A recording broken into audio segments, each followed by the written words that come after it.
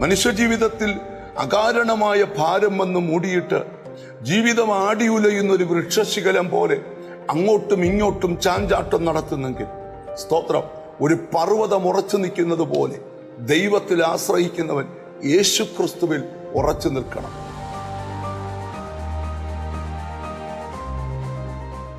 ക്രിസ്തുവിനെ രക്ഷകനായി സ്വീകരിച്ച ഒരു ദൈവവൈതലിന്റെ ജീവിതത്തിന്റെ ഏറ്റവും വലിയ വിജയം അവനിൽ വെളിപ്പെട്ടു നിൽക്കുന്ന ദൈവാശ്രയമാണ്.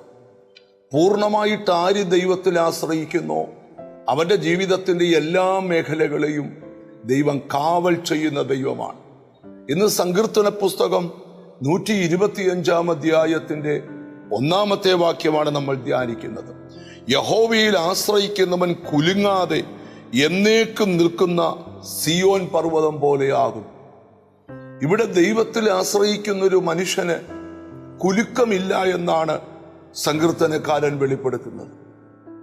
കാറ്റിനാൽ വൃക്ഷശിഖരങ്ങൾ ആടി ഉലയുന്നത് പോലെ പ്രശ്നസങ്കീർണമായ ജീവിത സാഹചര്യങ്ങൾ ആടി ഉലയുന്ന ധാരാളം പേരുണ്ട്. എൻ്റെ ജീവിതത്തിൽ ദൈവം പ്രവർത്തിക്കുമോ? എനിക്ക് പ്രവർത്തിക്കാൻ ആരുണ്ട്? എന്നെ ആര് സഹായിക്കും? ഇങ്ങനെ 100 ചോദ്യങ്ങളുമായി ആടി ഉലയുന്ന വൃക്ഷശിഖരം പോലെ ജീവിതം അസ്വസ്ഥമാകുന്ന ധാരാളം പേരുണ്ട്. എന്നാൽ സങ്കീർത്തനക്കാരൻ ദൈവത്തിൽ പൂർണ്ണമായി ആശ്രയിക്കുന്ന ഒരു ദൈവ പൈതലിന് ഒരു കാലത്തും കുലുക്കമില്ല എന്ന് സ്തോത്രം വേദപുസ്തകം പഠിപ്പിക്കുക. സങ്കീർത്തനത്തിൽ മറ്റൊരു ഭാഗമുണ്ട്, നിന്റെ ഭാരം യഹോവയുടെ മേൽ വെച്ചുകൊള്ളുക, അവൻ നിന്നെ പുലർത്തും, നീതിമാൻ കുലുങ്ങിപ്പോകാൻ അവൻ ഒരു നാളും സമ്മതിക്കുകയില്ല. മനുഷ്യജീവിതത്തിൽ അകാരണമായ ഭാരം വന്ന് മൂടിയിട്ട് ജീവിതം ആടിയുലയുന്ന ഒരു വൃക്ഷശിഖരം പോലെ അങ്ങോട്ടും ഇങ്ങോട്ടും ചാഞ്ചാട്ടം നടത്തുന്നെങ്കിൽ സ്തോത്രം, ഒരു പർവ്വതം ഉറച്ചു നിൽക്കുന്നത് പോലെ ദൈവത്തിൽ ആശ്രയിക്കുന്നവൻ യേശു ക്രിസ്തുവിൽ ഉറച്ചു നിൽക്കണം. 40-ാം സങ്കീർത്തനം പഠിക്കുമ്പോൾ അവൻ പാപത്തിന്റെ ചേറ്റുകുഴിയിൽ നിന്ന് നമ്മെ കയറ്റി, എന്നിട്ട് എവിടെ നിർത്തിയെന്നാണ് എഴുതിയിരിക്കുന്നേ? ആമി ഒരു പാറമേൽ നിർത്തിയിരിക്കുന്നു. ഏതാണ് ആ പാറ? യുഗങ്ങളുടെ പാറ. ഏതാണ് ആ പാറ? യേശു ക്രിസ്തു എന്ന പാറ.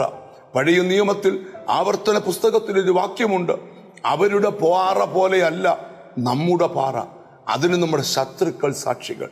നമ്മെ നിർത്തിയിരിക്കുന്നത് ഉറപ്പുള്ളൊരു പ്രതലത്തിലാണ്. ആ ദൈവത്തിൽ പൂർണ്ണമായി നമുക്ക് ആശ്രയിക്കാം. യഹോവയാം യാഗിൽ ശാശ്വതമായൊരു പാറയുള്ളതിനാൽ അതിലെന്നേക്കും ആശ്രയം വെക്കാം. ഇവിടെ സങ്കീർത്തനക്കാരൻ പറഞ്ഞ വാക്യം ഒരിക്കൽ കൂടെ ഓർപ്പിക്കുക, അവൻ കുലുങ്ങാതെ എന്നേക്കും നിൽക്കുന്ന സിയോൻ പർവ്വതം പോലെയാണ്. പ്രതിസന്ധികളിൽ കുലുങ്ങാതെ കർത്താവിന്റെ കൈ മുറുകെ പിടിച്ച് നമുക്ക് മുമ്പോട്ട് നീങ്ങാം. ആമി ഈ ദിവസങ്ങളിൽ ദൈവാശ്രയത്തോടെ നീ ആയിരിക്കുന്നിടത്ത് ഉറച്ചു നിൽക്കാം. നിനക്ക് വേണ്ടി ദൈവം വലിയവ ചെയ്യും. കണ്ണുകളെ അടച്ച് പ്രാർത്ഥിക്കാം. ഞങ്ങളുടെ കർത്താവേ, സ്വർഗസ്ഥ പിതാവേ, എന്നോട് ചേർന്ന് നീ വചനം കേൾക്കുന്ന മക്കൾക്ക് വേണ്ടി പ്രാർത്ഥിക്കുക. കർത്താവേ, അവരുടെ ജീവിതത്തില് സാഹചര്യത്തിന്റെ സമ്മർദ്ദം അവരുടെ ജീവിതത്തെ വല്ലാതെ ഉലച്ചു കളയാതെ ഹല്ലേലൂയ ഉറച്ചു നിൽക്കുന്ന പർവ്വതം പോലെ അവരുടെ ജീവിതമായി തീരട്ടെ. നിന്റെ നാമം ചൊല്ലി പിതാവിന്റെയും പുത്രന്റെയും പരിശുദ്ധാത്മാവിന്റെ നാമത്തിൽ അവരെ അനുഗ്രഹിച്ച് പ്രാർത്ഥിക്കുന്നു. അവരുടെ രോഗങ്ങൾ സൗഖ്യമാകട്ടെ, യേശു ക്രിസ്തുവിൻ നാമത്തിൽ തന്നെ ആമേൻ. നിശ്ചയമായും ദൈവാശ്രയം മുറുകെ പിടിക്ക്, നീ അനുഗ്രഹിക്കപ്പെടും. God bless U.